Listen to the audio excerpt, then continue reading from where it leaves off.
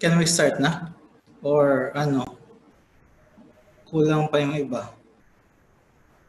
Ako, 100, ilang kayo? 111, 120? 120, Doc. 120. Sige. So, good afternoon. We have 3 topics for this afternoon. RBC, WBC, and hemostasis and thrombosis. We'll have 3 PowerPoints. Dinivide ko sila into 3 din kasi 3 chapters. Then we'll talk about first the RBCs. Nakikita naman yung shared slide.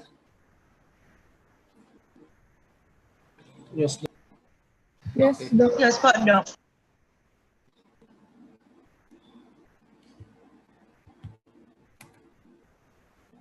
So when we talk about RBCs, you will hear the term erythrocytes.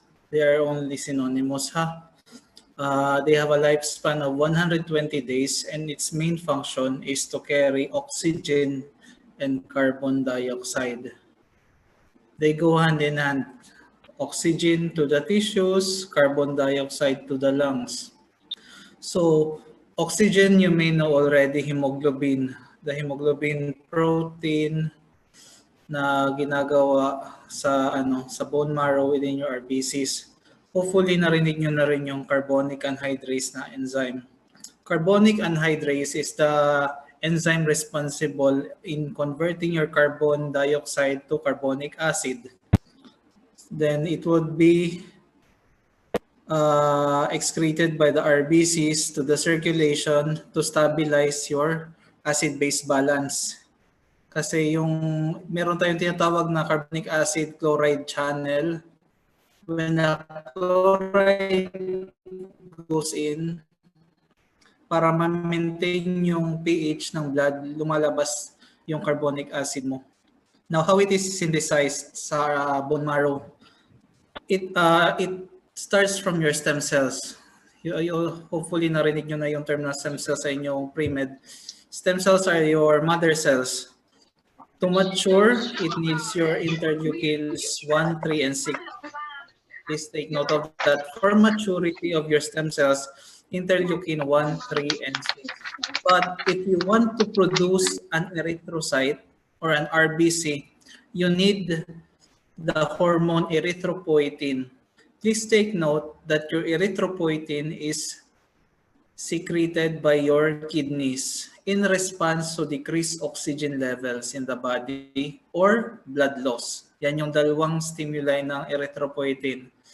So you have already maturing stem cells because of your interleukin 1, 3, and 6.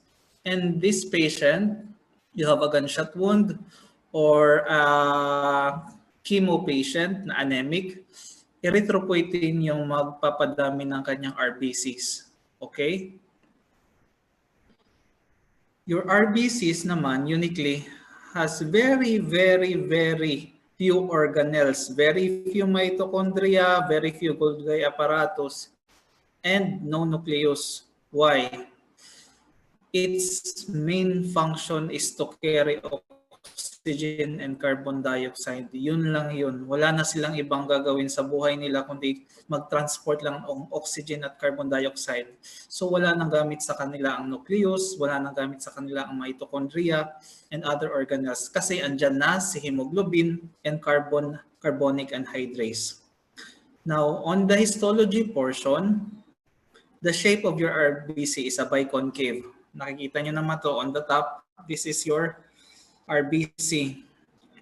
Biconcave because increased high surface volume ratio. And in this third image, pwede siyang mag-squeeze to your capillaries. Okay lang sa veins and arteries kasi large diameter, yan sila, mga blood vessels. Pero pag andyan na sa capillaries, kailangan na nilang mag-fold. And you will know later na pag hindi biconcave, hindi ganito yung kanilang shape, may hirapan yung RBC na sumuksok sa maliliit na capillaries leading to blockage. And delikado yan sa patient natin. So here is the diagram of the synthesis of RBCs.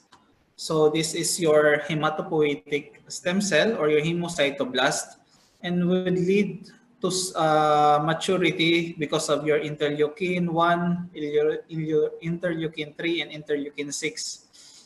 Then because of your erythropoietin, it would become erythrocytes. Later, we will talk about these megakaryocytes and lymphocytes and other WBCs. Pero itong lineage lang muna natin yung pag-uusapan natin. This one, mainly, erythrocyte.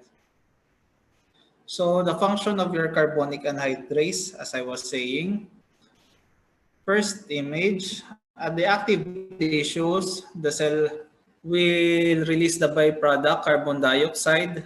Then it will be taken up by your RBCs, and with the help of your carbonic anhydrase, it will become a bicarbonate. Then it will subsequently be a carbonic acid, then excreted in exchange for your chloride ion. Once the RBC is at the capillaries, at the lungs, it will promote transport of your carbon dioxide by converting your carbonic acid to carbon dioxide and releasing it to your lungs, then exhaling it. This is a simple diagram lang.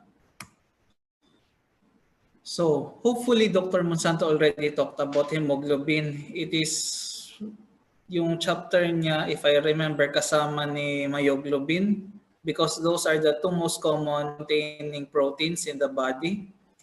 We will be talking only about hemoglobin at this point in time. So, your hemoglobin contains the heme. Iron plus protoporphyrin 9 leads to heme, and it will only bind to oxygen on a ferrous state, as I was saying last discussion natin 2 weeks ago. So the iron should stay on a ferrous state to bind to the oxygen, and it has two different polypeptide subunits. On the adult, please take note, 2 alphas and 2 beta subunit ng kanyang protein. Again, I repeat, 2 alpha and 2 beta mature hemoglobin. Okay? Mature hemoglobin is an alpha 2 and beta 2. Kasi during maturity, from the fetal life to the adult, meron pa tayo niyan mga iba't ibang uri ng hemoglobin. You have a fetal hemoglobin with an alpha and gamma. Meron rin yan hemoglobin A2, alpha and delta ata yun. May iba't ibang kinds ng hemoglobin na natural sa tao, pero 99% ng hemoglobin sa adult is alpha 2 and beta 2 subunits ng hemoglobin. And it can bind up to 4 molecules of oxygen. Hopefully narinig nyo na yung cooperative binding ng oxygen, wherein the hardest part on carrying oxygen or attaching oxygen to the hemoglobin is binding the first. Once the first oxygen is bound to the first hemoglobin,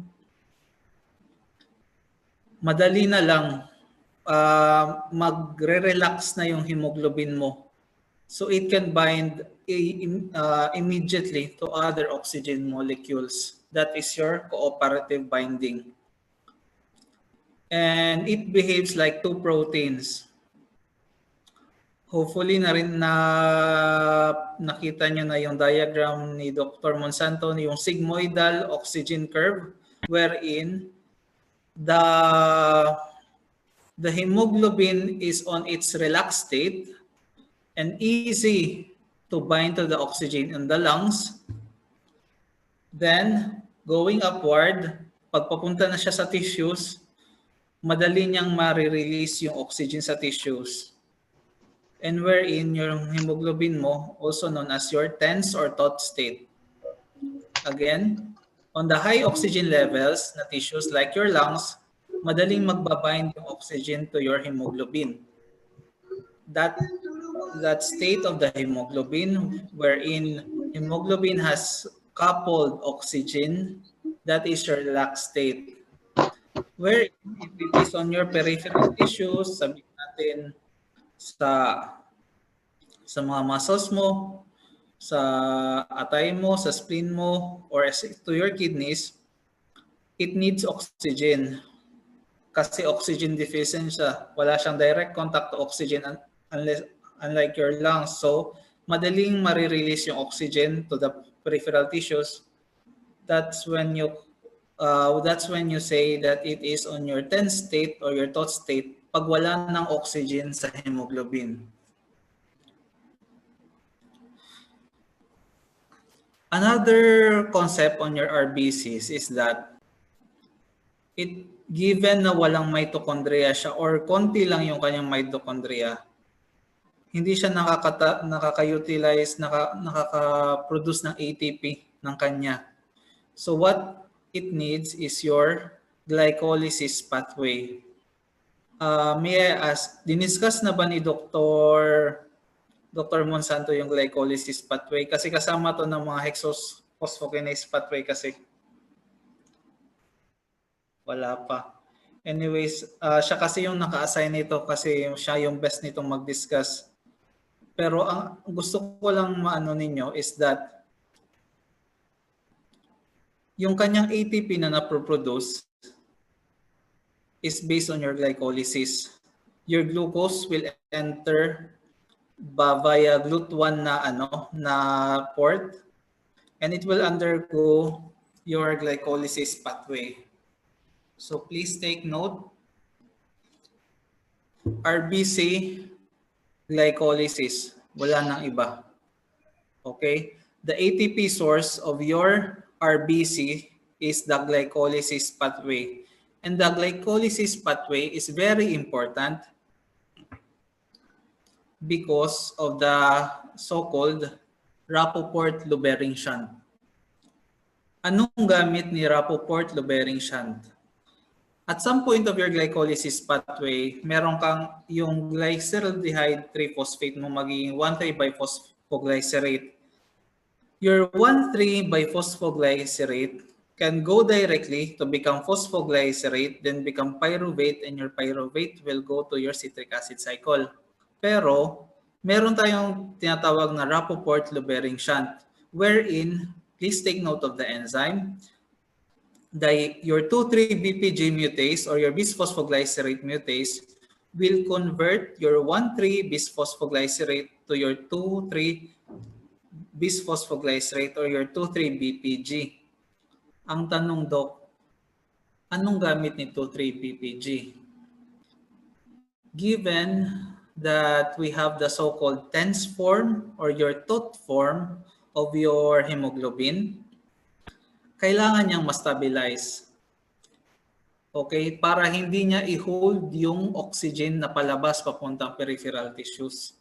At yung tumutulong para yung hemoglobin na taut form na ma-release niya yung oxygen is your 2,3-BPG.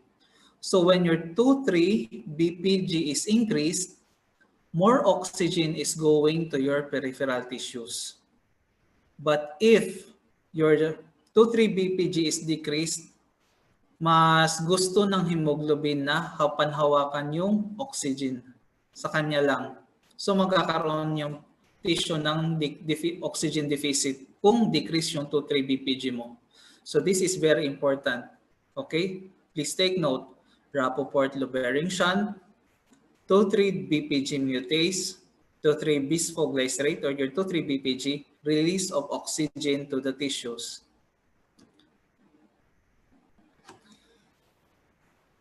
Specifically, your 2,3-BPG stabilize your state of hemoglobin by forming salt bridges in the terminal amino groups of your beta chains.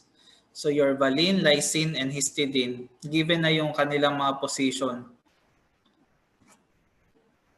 Please take note of the amino acids on your beta chains. Valine, lysine, and histidine kasi very specific yung 2,3-BPG mo. So on this picture, This one is a beta subunit. This one is a beta subunit. This one is your 2,3-BPG. So you can say that this one is in the T state na hemoglobin. Because if we remove this 2,3-BPG, magkakaroon yan ng mga oxygen molecules. Kasi hindi niya ma-release yung oxygen. Kaya lang walang oxygen yan kasi nandyan si 2,3-BPG. And this is the diagram sa specificity ni 2,3-BPG. Si valine, si lysine, and histidine.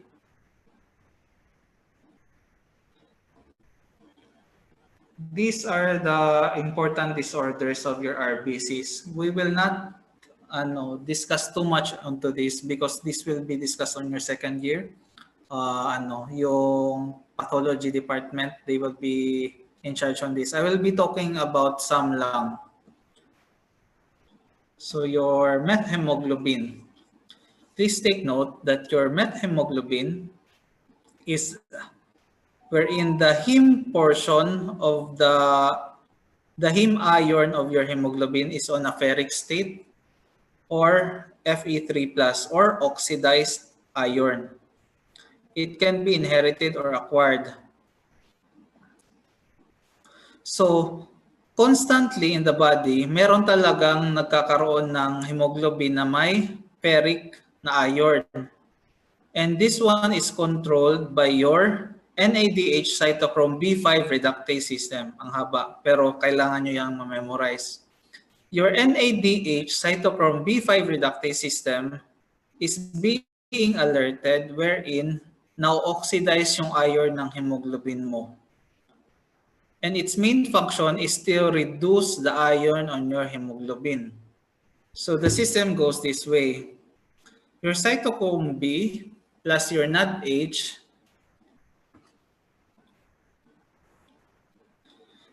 would be acted upon by the enzyme. It will reduce your cytochrome B and will oxidize your NAD or will remove the hydrogen on your NADH.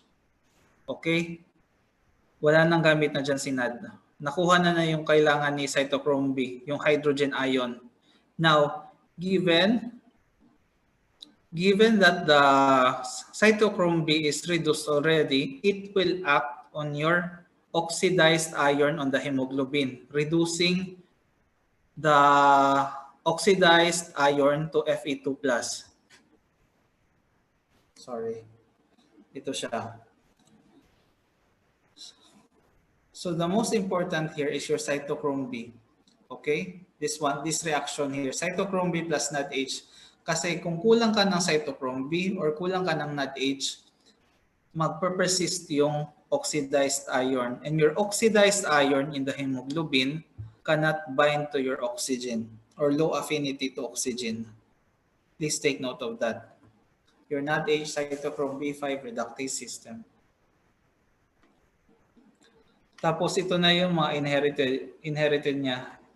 Methemoglobin Iwate, methemoglobin Hyde Park, methemoglobin Boston, methemoglobin Saskatoon, and methemoglobin Milwaukee. Good to know lang to siya. Lumalabas lang to pag mga pop-up questions. Pero ang gusto ko lang ma-remember nyo sa slide na to is your NADH cytochrome B5 reductase system is the one that reduces the oxidized iron in your hemoglobin if needed.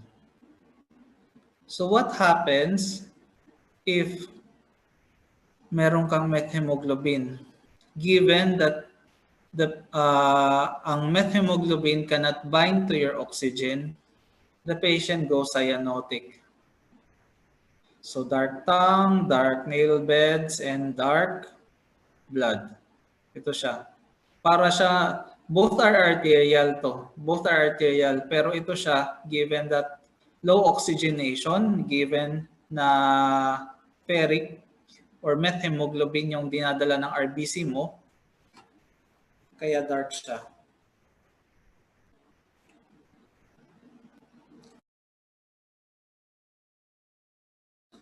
Another abnormality of your hemoglobin is your hemoglobin S. Favorite question sa mga sa patho ninyo na subject, and possible lumabas din to sa inyong sa inyong exam. Your hemoglobin S is a very unique hemoglobin wherein your glutamic acid, please take note of the amino acid being replaced. Your glutamic acid is being replaced by valine on what position? 6th amino acid position on the beta subunit of the hemoglobin. Repeat ko ulit ha. The glutamic acid on the 6th position of your beta subunit is being replaced by valine. Given that your valine is a hydrophobic amino acid, once deoxidized, it will form the so-called sticky patch. And once that sticky patch lumabas, it will bind to other deoxygenated hemoglobin. Ito siya yung diagram. Normally, yung sinasabi natin kanina, normal hemoglobin is your HbA. Ito siya. Wala siyang sticky patch because the 6th amino acid is a glutamic acid on the beta subunits. Pero magka-problema sa genes ng pasyente. Meron siyang abnormality sa hemoglobin synthesis ng beta subunit niya. Yung 6th position ng beta subunit, instead of glutamic acid, is valine. This would be your sticky patch. This is your valine.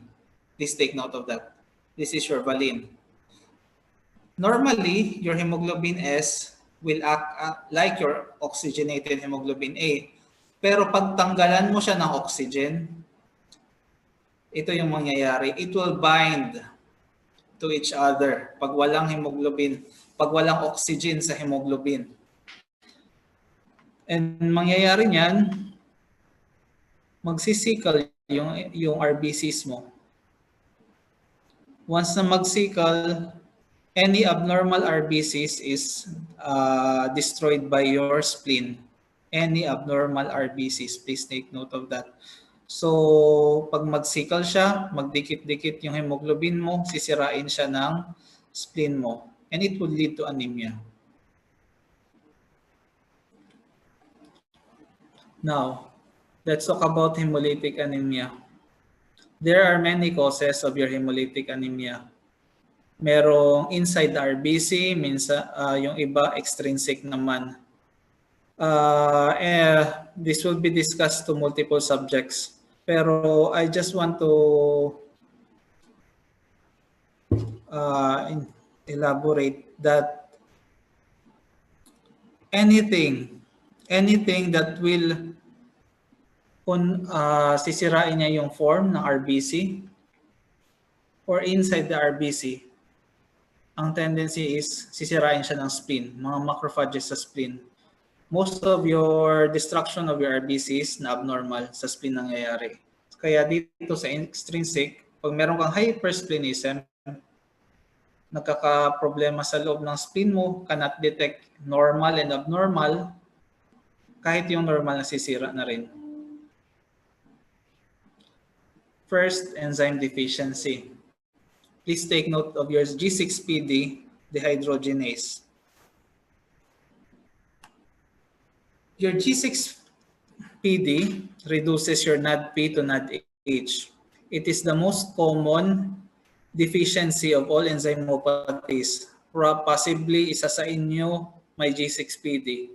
Anybody dyan sa students na may na G6PD, na may mga bawal ng fava beans, any oxidizing na mga foods or any antibiotics na nakakapag-oxidize, bawal sila nito. Because once na mawala yung G6PD mo sa katawan, it cannot sustain reduced glutathione. Okay? It cannot sustain reduced glutathione. What is the importance of your reduced glutathione?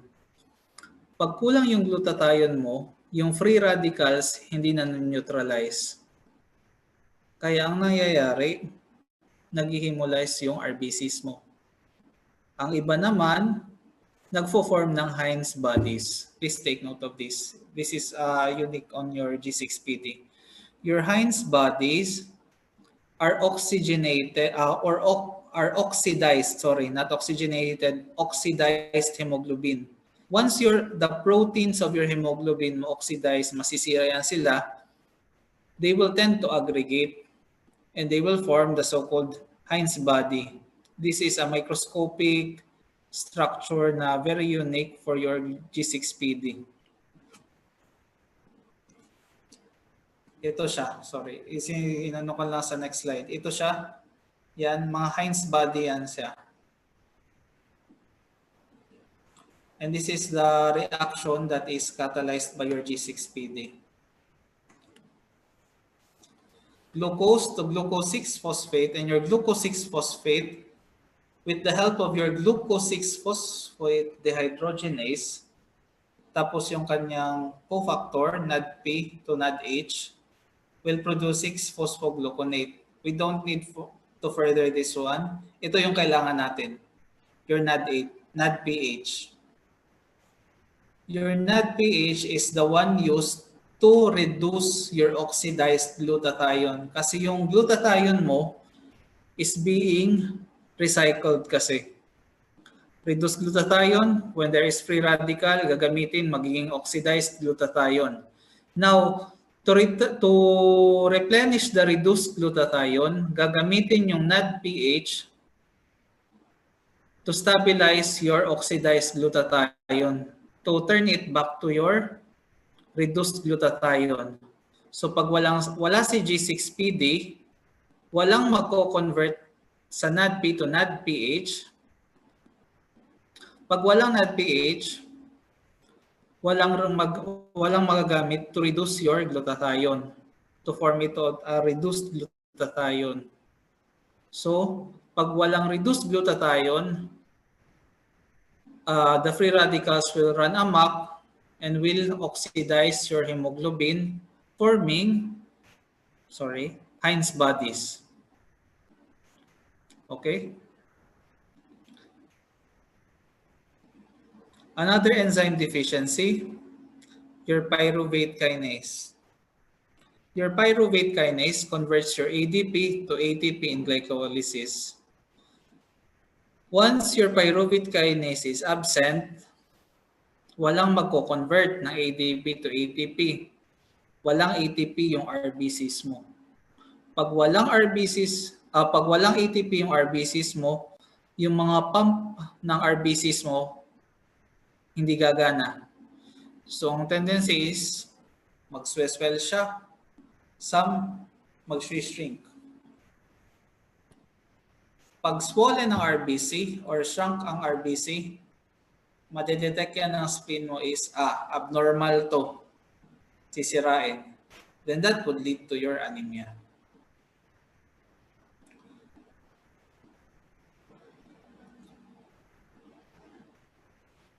So now, let's talk about the important proteins on the structure, on the structure of your RBC, sa cytoskeleton niya.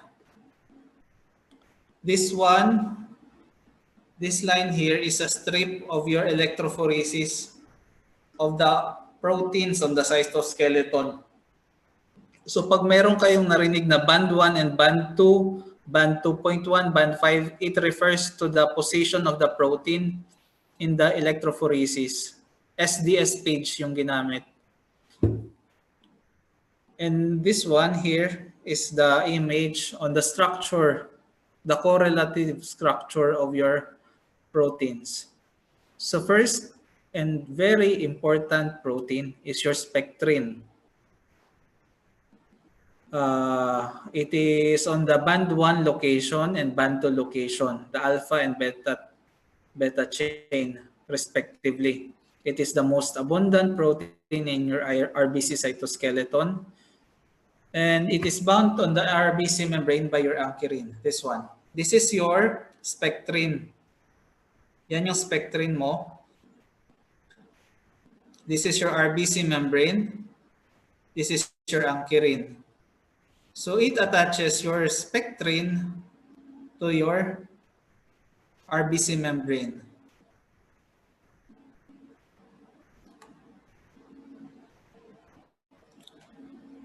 Andito naman si actin, andito naman si band 4.1 protein. Si band 4.1 protein, wala talaga siyang other name niyan. So this one stabilizes the cytoskeleton of your RBC. Okay? Please take note of this correlation. Pag aralin nyo to, yung mga proteins, aralin nyo kung paano sila nagkakabit-kabit. Aralin nyo itong picture na to. Because this one is very important. Because this picture tells you how it holds the shape of your RBC. How it holds that biconcave shape. Kasi pag hindi nga biconcave, abnormal siya, sisirain siya ng RBCs mo, ng spleen. So spectrin attached to the RBC membrane by your ankyrin, actin, and band 4.1 protein. It creates a mesh that resists swelling and maintains the RBC shape. Next is your ankyrin. So given on the image, it binds your spectrin to an ion channel or your anion exchange protein or your band 3. Mahaba actually mga pangalan nila, mas madali talagang sabihin band 1, band 2, band 3, band 2.1. Pero ang ankyrin binds your band 1 to your band 3 protein. Okay, yan yung kanyang function. Now your actin, actin sa muscle siya pero meron rin yung RBCs. It is labeled as band 5. Dito, binabind ni actin yung tail ni yung function ni actin is it binds your spectrin to your band 4.1 for stability. Then your protein 4.1 or your band 4.1,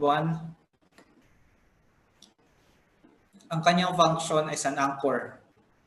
It anchors your spectrin and your actin to the cell membrane and it binds to your glycophorin A and C. Ito siya. This is your glycophorin A and C. So this one is your spectrin actin 4.1 interaction. This one is your spectrin ankyrin 3 interaction. Okay? Mga importante yan sila kasi it holds the shape of your RBCs. Then your anion exchange protein, nakita nyo naman dito, it binds to your 4.1. It binds your 4.1 protein, band 4.1 protein to the lipid bilayer of your RBCs.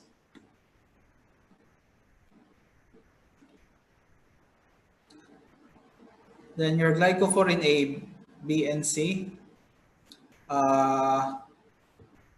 Ang importance nito is that it is a target of your Plasmodium falciparum parasite. Okay? Especially your glycophorin A. Yan yung kanyang pinaka-distinct sa kanya.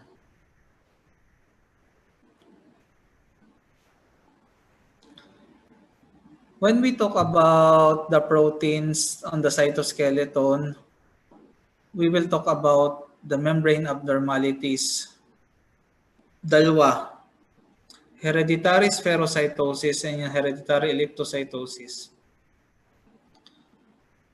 Hereditary spherocytosis, most common cause is deficiency of your spectrin or band 1. Okay, please take note of that.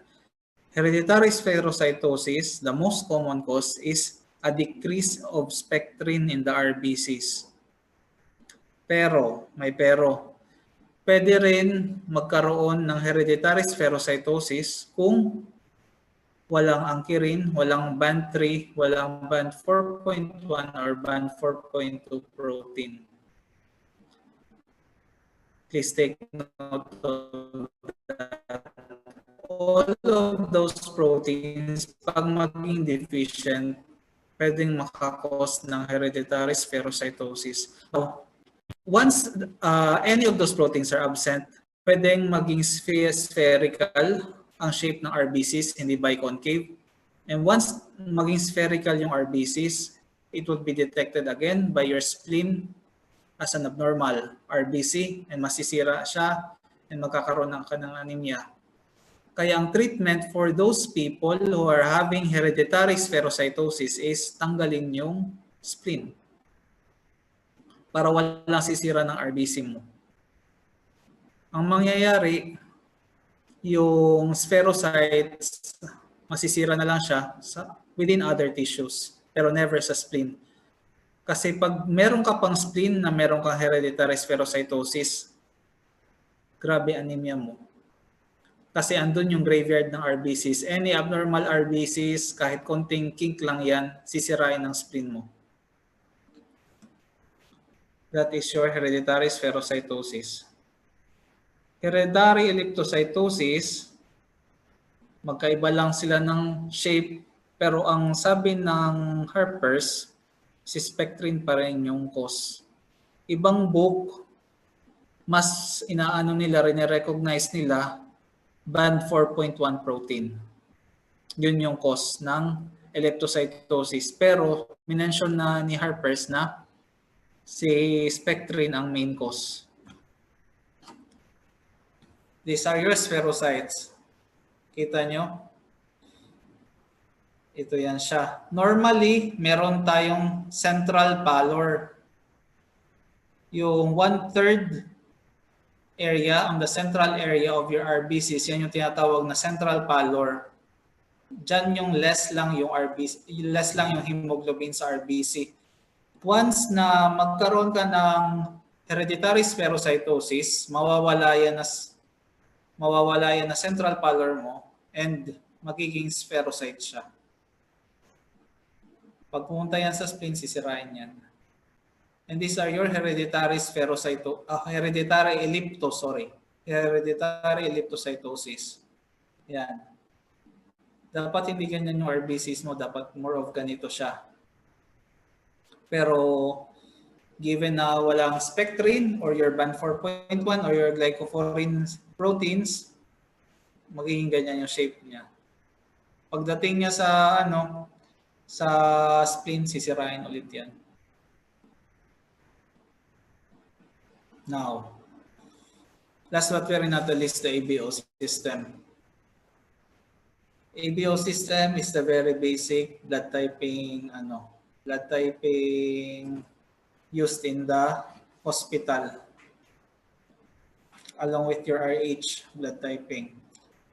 Now, the father of blood typing the father of blood banking pala, si Landsteiner in 1900. And the gene specific for your ABO system is located on the long arm of your chromosome 9. Specific ABO blood type of an individual has an antibody against other ABO blood type. So, ang common use nito is that pag type, for example, ako type B ako, meron akong anti-A antibody. So, di pwede akong salinan ng blood type A, highly specific blood type B, or kung wala, blood type O. Type O is the universal donor, while type AB is the universal recipient. And your ABO antigens are oligosaccharides. Please take note of that. They are carbohydrates. Okay? It is present not just on your RBCs, but on the most cells of the body and secretions. For RBCs, ABO substance present as a glycosphingolipid, while in secretion, it is present as glycoproteins. Please take note of this. On RBCs, glycosphingolipid, on secretions, glycoprotein. So that sugar is bind to a lipid on the RBCs, pero sa secretions, it is bound to a protein. So how is your antigen or your ABO antigen is formed? The H substance. This is the very basic substance present in your RBC. Pag ito lang meron ka, kung H substance lang meron ka, O positive ka niyan. O blood type O ka niyan. Okay? It is a precursor for both A and B substance. A substance type A, B substance type B. It is formed by addition of your fucose to the terminal galactose residue. Fucose added to your terminal galactose residue, and it is catalyzed by your fucosyl transferase. Yan siya. Now, if you add, please take note of this, very important. If you add N-acetyl-galactosamine on your H substance, magkakaroon ka ng A substance. Pero pag galactose yung idagdag mo sa H substance, magiging B substance. Okay? It will determine your blood type na. A, B, or O. Pero kung antigen ang pag-uusapan, A, B, or H. Please take note of that. H substance, A substance, B substance. And acetyl-galactosamine for your type A, if pure galactose lang, type B.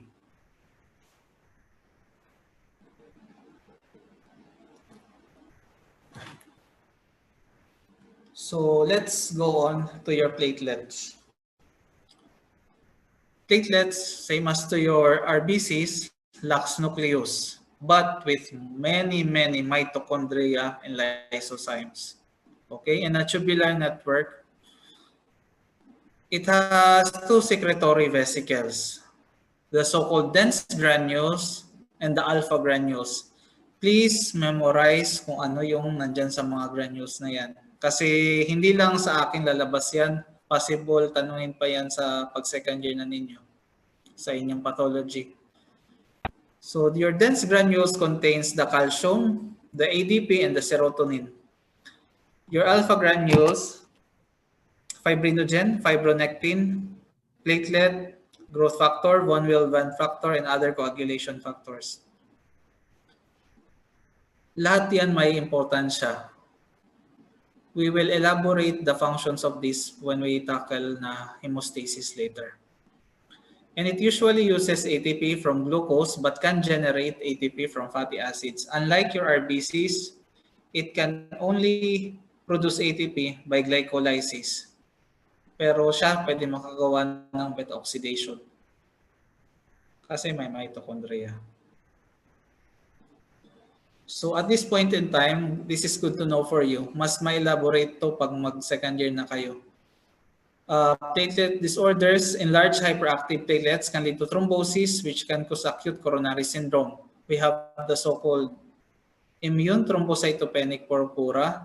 It is presence of an antibody against its own platelet that leads to depletion of your platelets. Na kaya pag mababa yung platelet mo, it would lead to bleeding. Kaya magkakaroon ka ng mga purpuras. Purpura is a dermal sign for bleeding. Von Willebrand's disease, most common bleeding disorder, inability of platelets to adhere to the endothelium kasi walang von Willebrand factor yung system mo. You will later understand that your von Willebrand factor binds your platelet to the endothelial cells of your blood vessels. That aids on the to stop the bleeding. We have also the Bernard-Soulier syndrome. It is a deficiency in glycoprotein 1B. It impairs, please take note, platelet adhesion. Hindi nakakadikit yung platelet mo sa endothelial cells mo. Same as to your von Willebrand disease. Your Glanzmann thrombasthenia naman, deficient yung kanyang glycoprotein 2B3A, nakakaproblema naman yung kanyang aggregation. When we say aggregation, platelet to platelet magbabind yan kasi to form a platelet plug. Pag walang glycoprotein 2B3A, hindi sila magdidikit-dikit. It will not hold the two platelets together and it would lead to the dissolution of your easy dissolution of your platelet plug, then bleeding. Lahat nito, ang kalalabasan mo, bleeding. So please take note of the deficient proteins. Okay? Von Willebrand's disease, easy lang. Von Willebrand factor. Bernard-Soulier, glycoprotein 1b, Glassman thrombasthenia, glycoprotein 2b, 3a.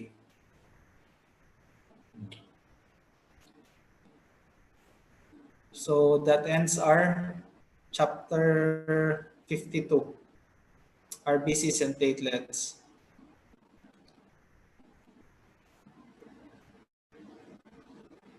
So chapter 53 pala yung RBCs.